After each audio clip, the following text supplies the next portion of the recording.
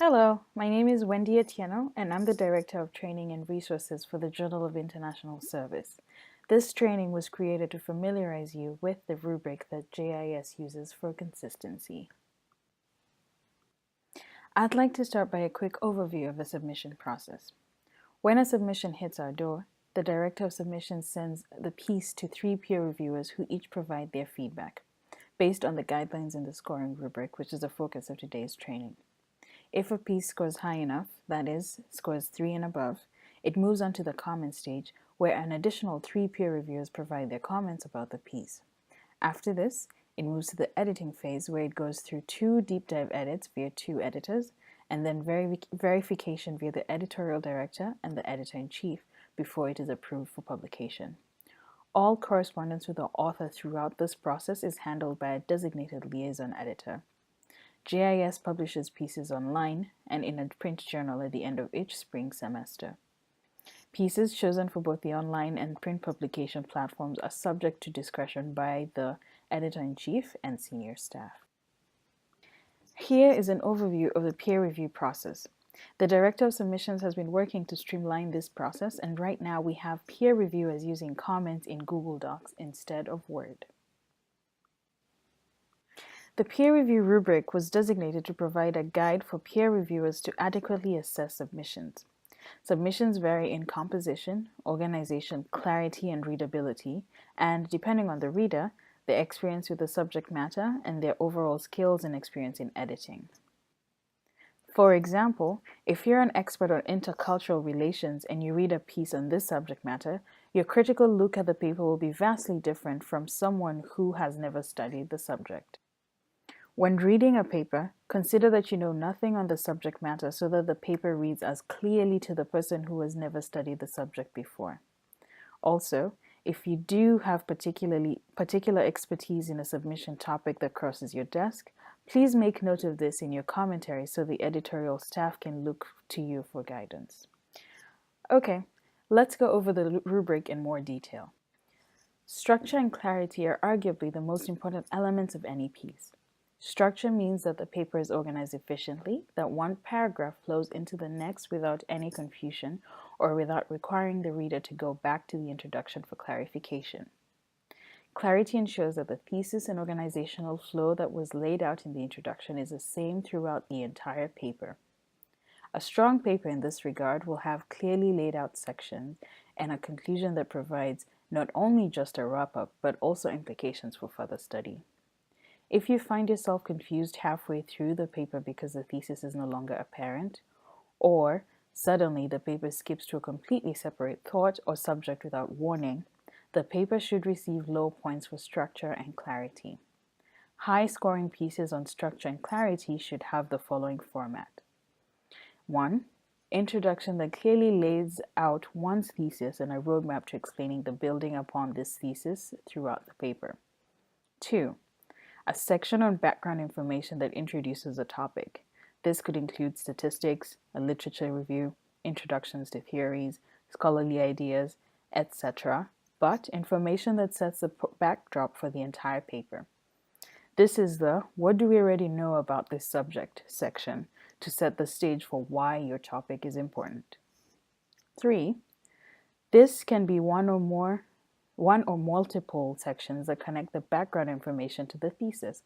For example, if the author uses theories to explain their thesis, here is where each theory will be connected to that thesis with examples provided to back up the claims. 4. A conclusionary section that provides implications or further questions, holes in the findings or research, and questions for further study.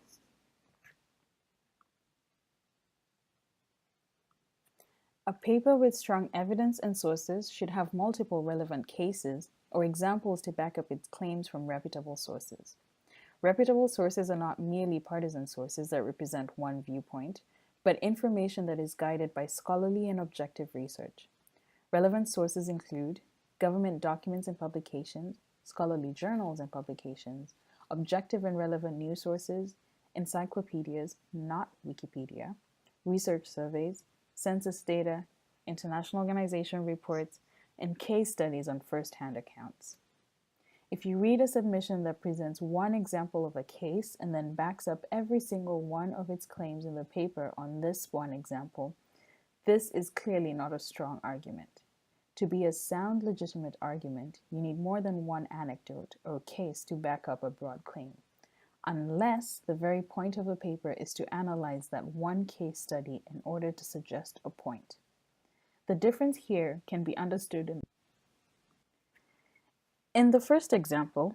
This one case does not represent the entire country's commitment to healthcare, as we all well know that healthcare is a highly contested issue with a multitude of political viewpoints. So this paper would have evidence issues without further case studies to represent the argument. Let's look at the second example.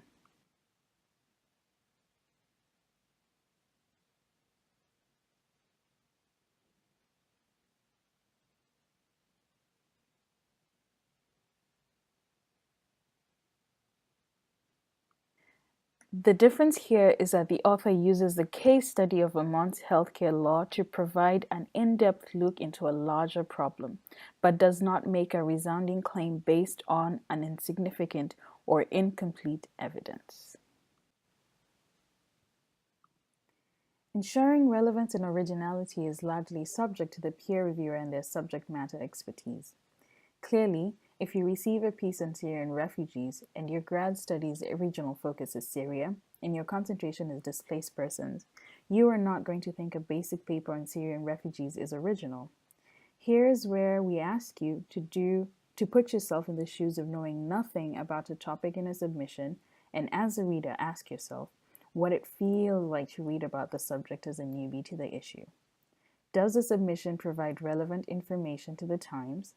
Are there significant holes in the evidence offered, making it less original or relevant than it could be? Here's another place where you can lend your expertise and make sure the author adequately captures the most important elements of the topic so that those who are unaware of the issue can get a comprehensive understanding of what's going on. Pieces that are irrelevant or unoriginal are those that claim to reveal some grand conclusion that has already been reached several times, or that has been overworked and overanalyzed so thoroughly that it is just plain irrelevant. To be honest, this should not be a huge issue in our submission track, as at GIS, we strive to showcase outstanding student writing and the topic students are working on. So we have yet to come across too many pieces that are completely irrelevant or unoriginal, especially given students in many cases are learning about these topics for the first time. I used to be very strict about grammatical errors, but I have come to realize that the ideas and how well they are expressed is more important.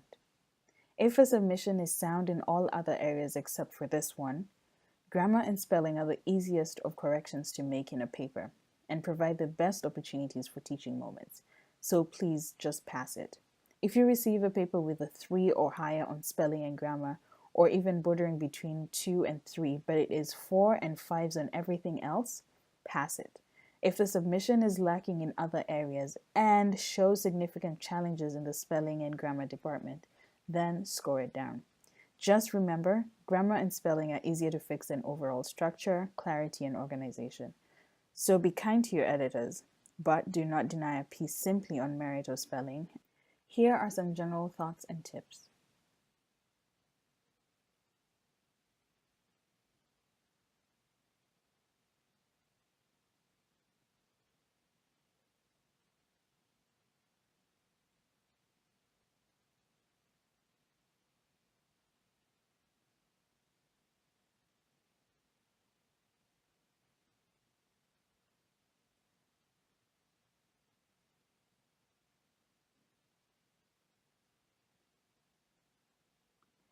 A model submission score 5 is a piece that has an effortless flow from start to finish.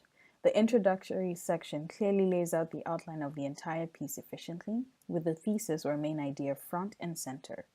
Readers of the introduction know what the piece is about from the start without having to muddle through extraneous anecdotes or information that does not get straight to the point. The piece moves on into a background, or the "what do we already know about this issue" section. From there, the piece provides a reiteration of the thesis, or it connects the background information from the first section to the theories and evidence gathered by the author. The piece concludes with a reiteration of a central idea and suggestions for moving forward, implications, or concluding thoughts. Score 5 pieces should have minimal grammatical issues or insufficient structure. There can be errors, but they should be very light and/or easily fixable. A model submission 4 piece will have a thesis that is front and center and may only require minimal clarification. There will be errors throughout the paper, but they are minor enough that they will be easy to clarify. A Model 4 piece will perhaps require clarification in its structure or sentence structure, but again, this should be minimal. A Model 3 may very well be subject to the peer reviewer's editorial experience and/or understanding of the subject area of the piece. If you're struggling to figure out if your piece is a 3 and thus publishable, or a 2 and therefore unpublishable, please ask your Director of Submissions, the Director of Resources and Training, or the Editorial Director to provide an extra read. These will be the hardest pieces to gauge whether they should move on because they may require substantial work.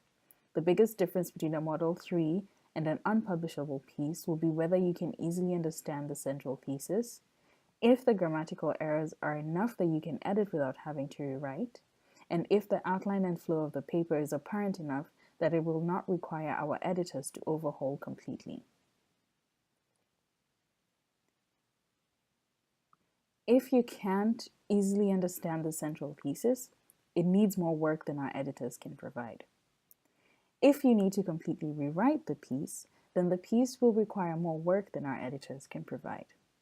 And if you read and you are continually lost, meaning the sections are not flowing into one another effortlessly to the point that full sections would need to be removed or replaced, then this piece will require more work than our editors can provide.